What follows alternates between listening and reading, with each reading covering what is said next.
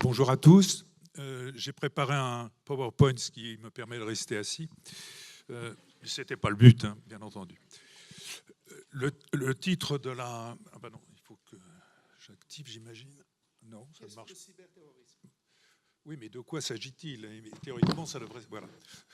De quoi s'agit-il? C'est la question fétiche que posait, puisque nous sommes à Bastogne, l'année du centenaire de la victoire de 1918, celui qui était le généralissime à l'époque, le maréchal Foch, qui à chaque interlocuteur commençait par lui dire « De quoi s'agit-il » Eh bien, il s'agit ici d'un terme qui a été inventé par un Américain, un terme récent.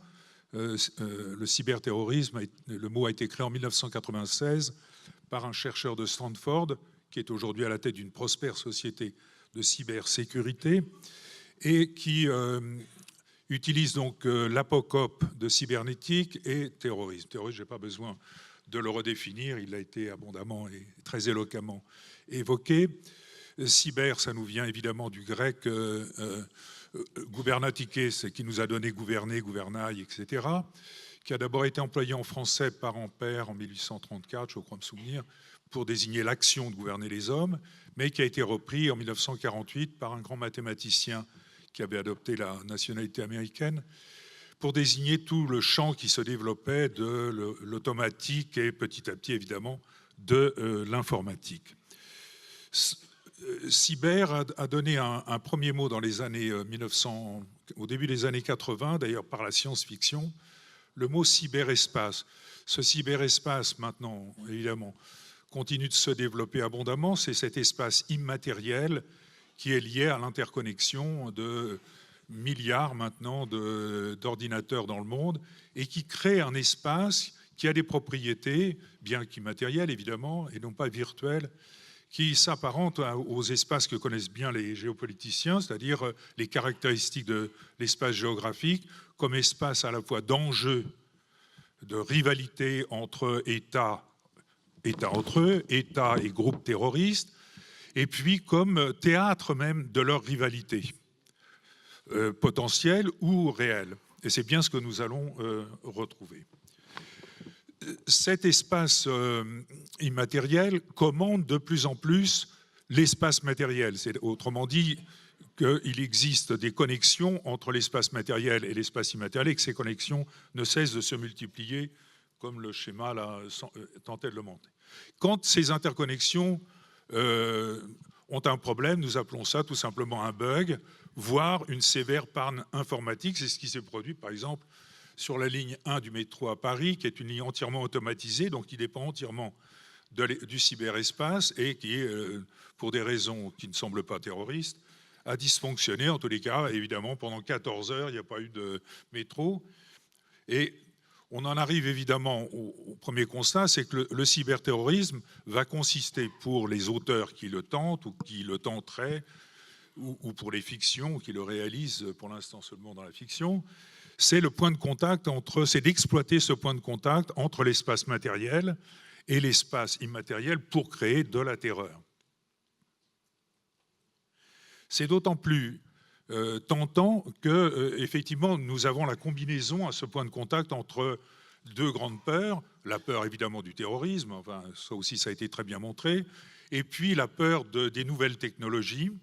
Pour vous donner un exemple, 40% des Français, d'après un sondage très récent, l'Opinionway, ne veulent pas de voitures sans conducteur, enfin de voitures autonomes, par crainte du piratage. C'est-à-dire l'idée que quelqu'un puisse prendre la commande et évidemment provoquer des collisions, pas seulement routières, mais éventuellement aériennes, etc. C'est cette particularité, évidemment, de ces craintes, ces peurs qui nourrissent l'imaginaire et qui expliquent, évidemment, l'emploi abondant que fait le cinéma hollywoodien en particulier de ces peurs et du rôle que peut jouer le cyberespace dans le cyberterrorisme.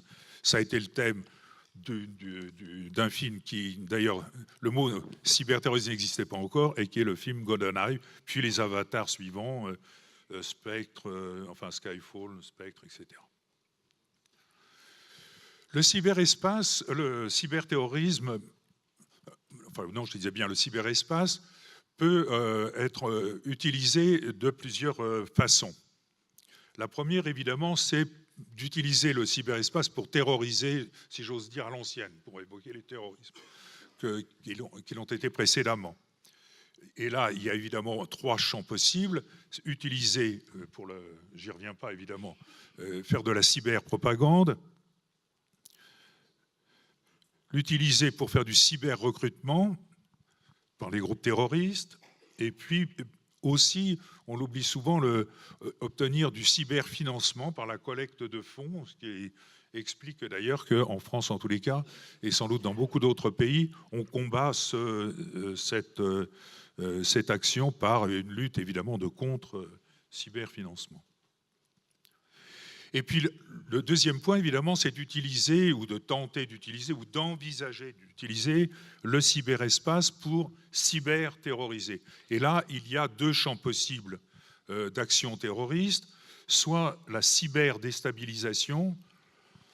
La cyberdéstabilisation, comme d'ailleurs ce que nous verrons ensuite, cyberdéstabilisation, ça consiste à utiliser 3 grands instruments, je ne développe pas, je n'ai pas le temps, soit ce que nous appelons à tous rencontrer un jour ou l'autre, des virus, ça c'est la forme la plus banale, mais ensuite des formes beaucoup plus sophistiquées qui sont les vers informatiques ou ce qu'on appelle les chevaux de Troie, c'est-à-dire des logiciels espions qui vont pénétrer l'ordinateur et obtenir des informations de manière frauduleuse. Donc cyberdéstabiliser, comment c'est possible? Il y a là plusieurs techniques, soit de pratiquer ce que les spécialistes appellent la saturation, c'est-à-dire de faire fonctionner des robots en fait, qui vont accabler un réseau informatique ou des réseaux informatiques à l'échelle nationale ou mondiale de questions de telle manière à ce que quand vous posez vous une question légitime, eh bien le serveur va vous répondre évidemment qu'il est incapable de vous répondre parce qu'il est saturé de demandes provoquées par des cyberattaques, puisqu'on parle aussi de cyberattaques.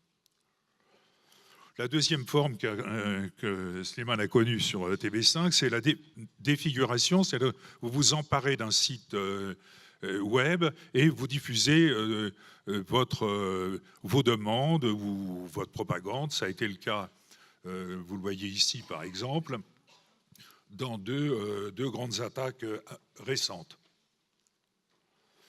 Et puis, l'autre forme, c'est le vol, l'espionnage.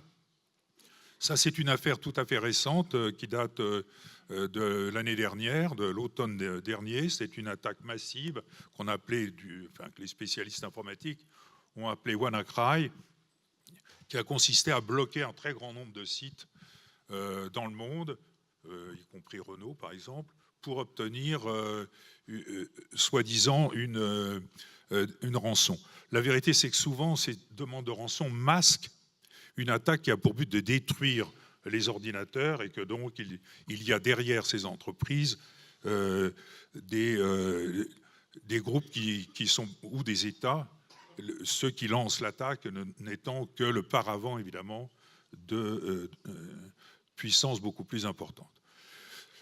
Et puis, et c'est ça qui généralement fait fonctionner le plus l'imaginaire collectif, il y a, aux côtés de toutes ces formes que je viens d'évoquer, le cyber, après la cyberdéstabilisation, le cybersabotage. Effectivement, on a déjà fait des tests de cybersabotage. Comme vous le voyez ici, les Américains, par exemple, ont réussi à provoquer l'explosion d'un générateur électrique en prenant le contrôle des programmes informatiques qu'ils font fonctionner. Donc l'idée, évidemment, c'est que on pourrait très bien, j'espère que non, vous aussi j'imagine, prendre le contrôle, par exemple, de vannes de barrages et libérer d'un seul coup des millions de mètres cubes d'eau et noyer comme ça des vallées entières ou provoquer d'autres catastrophes, par exemple en prenant la main sur la fabrication de médicaments. Et donc, dans des chaînes de fabrication de médicaments, modifier les dosages et obtenir de cette manière, évidemment, un désastre sanitaire. Alors voilà des exemples concrets. Bien entendu, c'est une affaire que beaucoup d'entre vous connaissent. C'est ce fameux ver baptisé Stuxnet, qui a été mis au point par une collaboration entre les États-Unis et Israël. et qui a permis, alors il y a quand même une intervention humaine qui a consisté à réussir à coller une clé USB qui était évidemment chargée de ce logiciel malveillant, comme on dit maintenant, ou maliciel. Donc il a fallu humainement qu'un Iranien récupère cette clé USB, qu'ensuite il la mette imprudemment, ou volontairement d'ailleurs, sur le réseau ordinateur qui contrôlait l'enrichissement de l'uranium dans l'usine iranienne de Natanz. Et le logiciel a eu pour effet, comme vous le voyez sur le croquis, et non pas sur la caricature, sur le croquis, de modifier la rotation de ces centrifugeuses. Les centrifugeuses étaient animées par un système Siemens, et en fait, le verre travaillait spécialement sur le fonctionnement de l'informatique Siemens pour ralentir la rotation des centrifugeuses. Ça a retardé le programme. Alors, les Américains et Israéliens disent au moins 2 ans. Les experts sont partagés entre 1 an ou 2. En tous les cas, ça a permis de prolonger en tous les cas les négociations. Un autre exemple rapidement d'attaque, c'est une attaque cette fois iranienne en direction de l'ennemi voisin, l'Arabie saoudite, qui a consisté à d'abord défigurer les ordinateurs de l'Aramco, la grande compagnie pétrolière saoudienne, et puis derrière cette défiguration, il y a eu destruction des disques durs de la compagnie, mais aussi de beaucoup de ses filiales. Enfin, 35 000 ordinateurs ont été mis hors service. Il n'y avait plus de système de paiement, d'où la photo que vous voyez à côté, c'est-à-dire que les camions qui étaient censés récupérer le pétrole ne pouvaient plus évidemment être fournis puisqu'on ne pouvait pas encaisser les paiements. Enfin, c'est peut-être le cas pour nous le plus intéressant, parce qu'il s'agit vraiment d'un acte cyberterroriste, c'est l'explosion à distance d'un oléoduc pétrolier qui relie l'Azerbaïdjan à la Turquie et qui, au passage, desservait, il est rétabli maintenant, desservait la Géorgie. Et au moment de la crise entre la Géorgie et la Russie, comme par hasard, par commande informatique, la pression a augmenté dans le pipeline et l'explosion s'est produite. Donc c'est vraiment une action cyberterroriste, sauf que j'anticipe sur ce que je vais dire dans quelques instants. 5 minutes, Alexandre. D'accord. Donc je voulais quand même évoquer le piratage de TV5. Là, je peux rester au moins 5 minutes dessus. Bon. Donc c'est là. Vous voyez que la revendication était du terroriste islamique. La vérité, maintenant, on la connaît, c'est que les islamistes ne sont pour rien dans cette attaque et que ce sont des pirates russes, dont je vais reparler si j'ai le temps. Voilà. On en arrive au point suivant. Tout ça, pas de course, évidemment, mais c'est bientôt l'heure du déjeuner. Les acteurs du cyberterrorisme, qui sont-ils? Alors là, vous avez toute une série de possibilités sur cette caricature avec les terroristes en dernier. On va commencer quand même par eux. Les groupes terroristes, en tous les cas, disons, identifiés de notre époque. Effectivement, le califat, ça a été évoqué, le califat, le Daesh, avait effectivement un site où a pratiqué des attaques informatiques.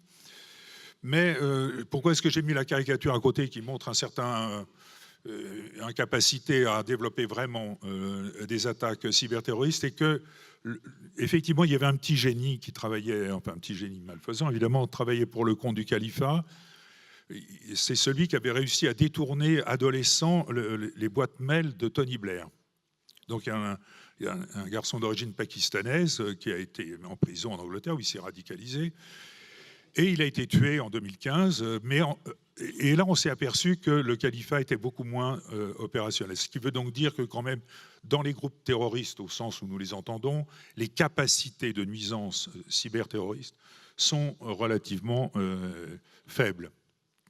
En revanche, les groupes terroristes collaborent ou sont associés, c'est difficile à dire, par des groupes de pirates, comme on les appelle, les fameux hackers du vocabulaire anglo-saxon, avec des groupes aujourd'hui bien connus pour être responsables d'attaques informatiques. s'illustrent en particulier des groupes iraniens, comme ici, souvent liés, bien entendu, aux services secrets, ou moins secrets d'ailleurs, de leur pays. C'est le cas aussi de groupes bien identifiés en Inde et au Pakistan qui se livrent principalement à des attaques de type cyberterroriste entre eux, puisque évidemment Pakistan et Inde, je n'ai pas besoin de le développer, ça n'est pas franchement l'amitié. Alors un groupe de pirates particulièrement actif, c'est un groupe chinois, évidemment c'est à la taille de la Chine, ce groupe comprendrait, ce qu'on vient de voir, compte quelques centaines ou quelques milliers d'activistes, tandis que là, en Chine, il y aurait 285 000 membres de ce groupe, plus ou moins liés d'ailleurs aux jeunesses communistes. Et puis, évidemment, des groupes qui sont aujourd'hui identifiés par les pays occidentaux comme les groupes APT 28, 26, etc. Il y a toute une collection, mais qui préfèrent se faire appeler Fancyber ou Cosiber, qui sont des groupes de pirates particulièrement efficaces et peu scrupuleux russes. Mais derrière tout ça, évidemment, il y a aussi le problème des États, pour rejoindre ce que disait Frédéric, des États qui ont pratiqué ou qui pratiquent volontiers le terrorisme. Il est clair que là, on vient d'avoir, puisque j'ai maintenant quelques instants, aux États-Unis viennent d'être arrêtés des poursuites sont engagées contre des Iraniens identifiés, 2 sociétés iraniennes qui ont pratiqué des attaques cyberterroristes en bloquant des distributeurs de billets. Mais ils avaient pris aussi la main sur un barrage près de New York, mais il était en travaux, donc ça n'a pas eu de conséquences.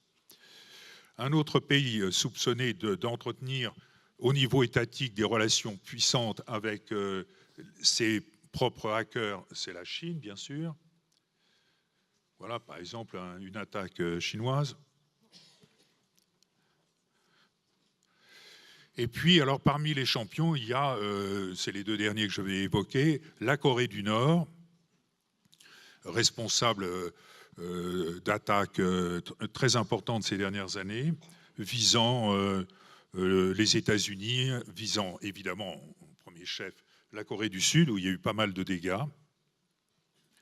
Et puis, évidemment, la Russie, puisque, j'imagine c'est dans l'actualité quotidienne, tout le monde en a entendu parler, il est maintenant bien clair que des groupes pirates, mais adossés aux services russes, ont joué un rôle très important dans la campagne électorale présidentielle qui a vu la défaite de... Donc oui, je pensais que c'était... Autant prendre... Voilà. Quelques exemples, évidemment, de ce que la presse anglo-saxonne, enfin américaine en particulier. Mais ça ne veut pas dire que les États, là aussi, je rejoins ce que disait Frédéric à propos des démocraties, de leurs attitudes. On a tous nos pays ont des services qu'ils appellent pudiquement de contre-espionnage, et dont on connaît la finalité. C'est le cas, évidemment, des États-Unis. Mais même la France, là, c'est un titre, je crois, de tout récent, du journal Le Monde que j'ai essayé de reporter. La France elle-même est suspectée de cyberespionnage. Pour conclure, est-ce que le cyberterrorisme, au sens notamment en dehors de tout ce qui est propagande, recrutement, etc., est-ce que les formes auxquelles on pense spontanément, c'est-à-dire grosso modo à celles qui sont dérivées dans nos têtes, dans notre imaginaire, d'un certain nombre de films depuis Wargame, est-ce que le cyberterrorisme a les mêmes effets que le terrorisme tout court? La réponse est non. C'est bien ce que montre cette caricature. On voit évidemment, oui, il tue, mais enfin il tue pour l'instant, tout du moins, que des ordinateurs. Oui, ça c'est un hommage évidemment, un personnage qui m'est cher, mais que les défis qui sont à relever sont encore que des défis, en tous les cas, informatiques, et que les faits de guerre contre le cyberterrorisme, pour tous ceux qui lisent l'anglais, on voit quand même que dans, effectivement, peut-être pas 2118, mais en tous les cas, dans une cinquantaine d'années, ceux qui travaillent dans les services cyber de nos armées n'auront à montrer que des gloires tout à fait particulières. Je dirais quand même, sans réduire d'abord que le risque existe et qu'en tous les cas, il s'inscrit dans le risque plus global de la cybercriminalité, que ça n'est pas à négliger, mais qu'en même temps, évidemment, le cyberterrorisme est souvent mis en avant par les sociétés de cybersécurité pour obtenir des marchés dont, je vous dis, on estime aujourd'hui que le marché de la cybersécurité représente 3 000 milliards de dollars. Donc c'est tout de même un enjeu tout à fait considérable. Les sociétés de cybersécurité se sont multipliées et nous en resterons là.